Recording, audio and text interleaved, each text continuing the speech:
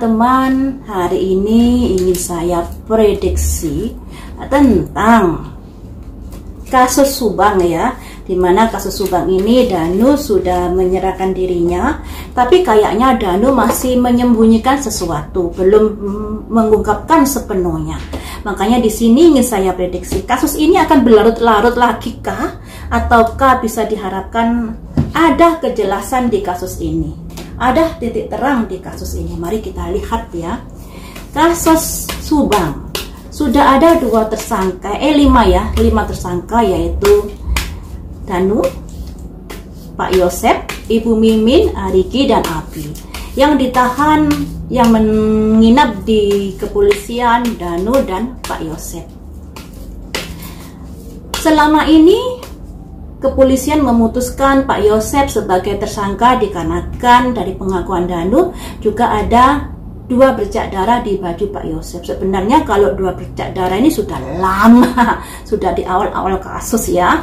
Dan Danu juga sudah di awal-awal kasus ada jejak-jejak di TKP. Tapi kenapa saat itu masih saja belum diungkapkan hingga 2 tahun lebih? Kenapa? Kita lihat bagaimanakah perjalanan kasus ini. Masih lamakah atau sudah akan segera?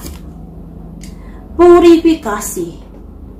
Masih perlu adanya penggalian lagi terkait dari apa yang dikatakan Danu. Ada purifikasi. Jadi misalnya Danu bicara A, harus ada dibuktikan dulu sesuai dengan alat bukti, sesuai dengan temuan-temuan, sesuai dengan reka adegan dan lain sebagainya. Ada purifikasi, pembetulan, pengoreksian dan lain sebagainya. Kemudian masih berkabut, yang artinya apa yang diucapkan Danu ini masih perlu digali lagi biar mataharinya terang benderang. Karena di sini simbol violet berkabut, ada sesuatu yang masih ditutupi Danu di sini. Danu belum jujur 100%, masih ada hal-hal yang disembunyikan di sini. Kenapa? Nah, kalau disembunyikan tentunya yang rugi juga Danu sendiri, apalagi dia sudah nyemplung mengakui bahwa dia tersangkut di malam itu. Mau nggak mau harus jujur biar semuanya terungkap dan matahari bersinar terang. Apakah ada seseorang yang begitu disayangi Danu di sini sehingga Danu masih belum mengungkapkan semuanya dengan 100%? Jadi masih mengungkapkan setengah-setengah. Kemudian Saman Healing Wisdom. Saman ini bisa diartikan perdukunan.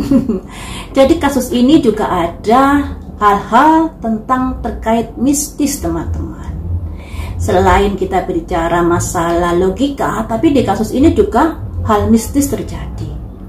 Bulat untuk membulatkan kasus ini hingga berjalan 2 tahun lebih ya. Ada simbol Saman Healing Wisdom, perdukunan atau Ancient Healing Wisdom, seseorang yang disembuhkan dengan cara-cara tradisional. Selanjutnya ada kata apa lagi? DNA karma, yang artinya karma pada akhirnya yang akan menuntun mereka untuk bisa bisa menerima tebak tuai dari apa yang dia perbuat. Di sini ada simbol DNA, lagi-lagi DNA. 2 DNA tidak sinkron dengan para saksi. Nah, DNA siapakah ini ya tinggal tanya ke Danu, karena Danu ada di malam itu. Tentunya Danu tahu siapa DNA dari orang tersebut. Kenapa? Susah-susah, tanya aja ke Danu, karena Danu harus berkata jujur. 2 DNA ini yang DNA asing ini punya siapa? Ya, apakah punya Ariki, apakah punya Abi? Karena DNA laki-laki, konon kabarnya seperti itu. Ada DNA karma, yang artinya semuanya itu pada akhirnya mengunduh dari apa yang dilakukannya. Sinergi. Nah, sinerginya ini kartunya di belakang. Jadi ini perjalanannya masih jauh, tidak ujuk-ujuk bisa dirilis dan lain sebagainya. Makanya setelah Danu menyerahkan diri, kemudian Pak Yosef ditangkap, ternyata hingga saat ini masih belum dirilis kronologi kejadiannya, rentetannya dan lain sebagainya, karena pihak polisi masih berusaha purifikasi ini tadi, masih berusaha meluruskan atau menyesuaikan dari apa yang dikatakan Danu dengan di lapangan, dengan bukti-bukti yang ada dan lain sebagainya. Tapi sayangnya di sini Danu masih ada ketidakjujuran, makanya ada simbol matahari berkabut. Sudah ada matahari, sudah ada pengakuan Danu, tapi sayangnya masih ditabiri, masih ditutupi oleh Danu di sini. Dan di sini ada kekuatan mistis juga, makanya harus apa ya? Walaupun Danu sudah mengakui, tapi di belakang Danu ini kayaknya masih ada sosok-sosok yang ditutupi oleh Danu. Kemudian teman-teman, di sini ingin saya prediksi tentang purifikasi. Enggak purifikasi ya, tentang violet aja ya, tentang matahari bertabir. Tentang matahari bertabir. Matahari bertabir ini tentunya orang-orang yang sangat disayangi Danu. Makanya Danu bisa bisa berkata yang masih belum sepenuhnya jujur karena menutupi orang-orang ini. Siapakah orang-orang yang disayangi Danu ini? Nah, ini yang harus didalami oleh pihak yang berwajib. Karena nggak ada untungnya loh ya sebenarnya Danu berbohong di sini. Karena itu juga akan membuat hukumannya juga semakin berat. Karena membuat masalah ini menjadi muter-muter. Alangkah baiknya jujur saja di sini, tapi nggak tahu lagi kalau orang itu begitu disayangi Danu.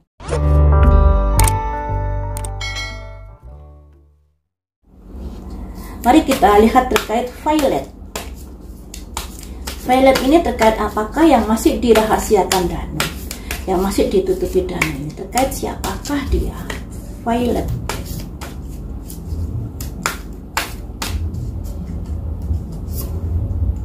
Despair, seorang anak yang putus asa.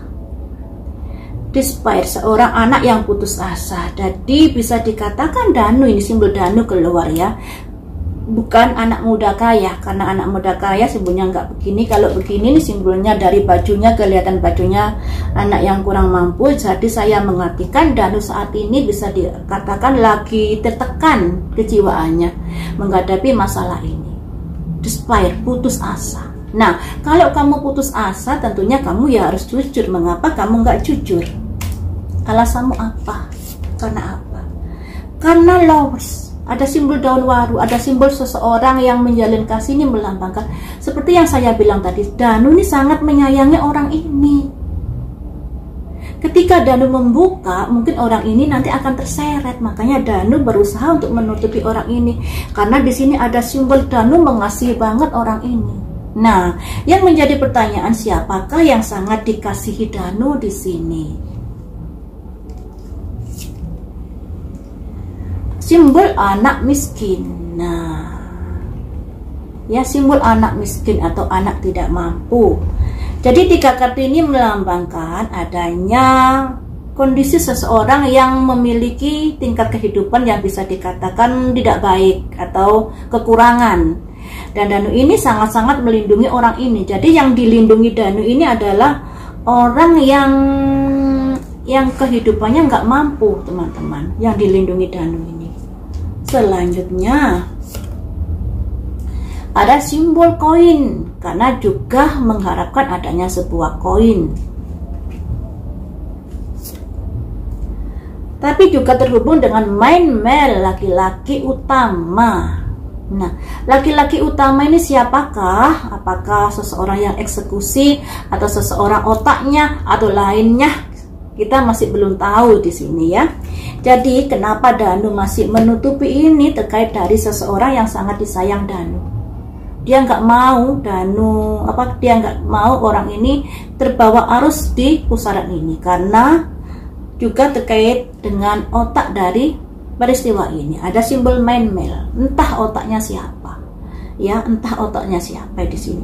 Kalau dilihat dari perkembangan mulai awal kasus dan sampai saat ini, Danu dan Joseph ini selalu memframing ya teman-teman. Pertama dulu yang Danu bilang Pak Yosep, Bu Mimin dan anaknya Bu Mimin yang terlihat di TKP. Kemudian dari sketsa wajah, Pak Yosep juga menuding Danu. Kalau dilihat dari lehernya tampak belakang memang agak ada mirip-mirip. Tapi kalau dilihat dari wajahnya bukan wajah Danu. Makanya di sini kita juga bingung ya. Bingung banget. Kalau dari belakang ada mirip-miripnya leher Danu. Tapi kalau dilihat dari rambut dan wajahnya enggak sama dengan Danu. Nah, disinilah menjadi mulek ya. Kemudian teman-teman, kalau Danu ada pernyataan di media sosial yang saya baca bahwa dia tidak tahu akan keberadaan HP Amel karena dia di luar. Tapi dari akunnya YouTube-nya Anjas di Thailand, ada sosok yang memberitahu bahwa HP-nya Amel ini terdeteksi sinyalnya di area dekat rumahnya Danu. Apakah Danu yang membawanya? Apakah orang lain yang membawanya kebetulan dekat di rumah Danu? Nah, di sini kita juga nggak tahu.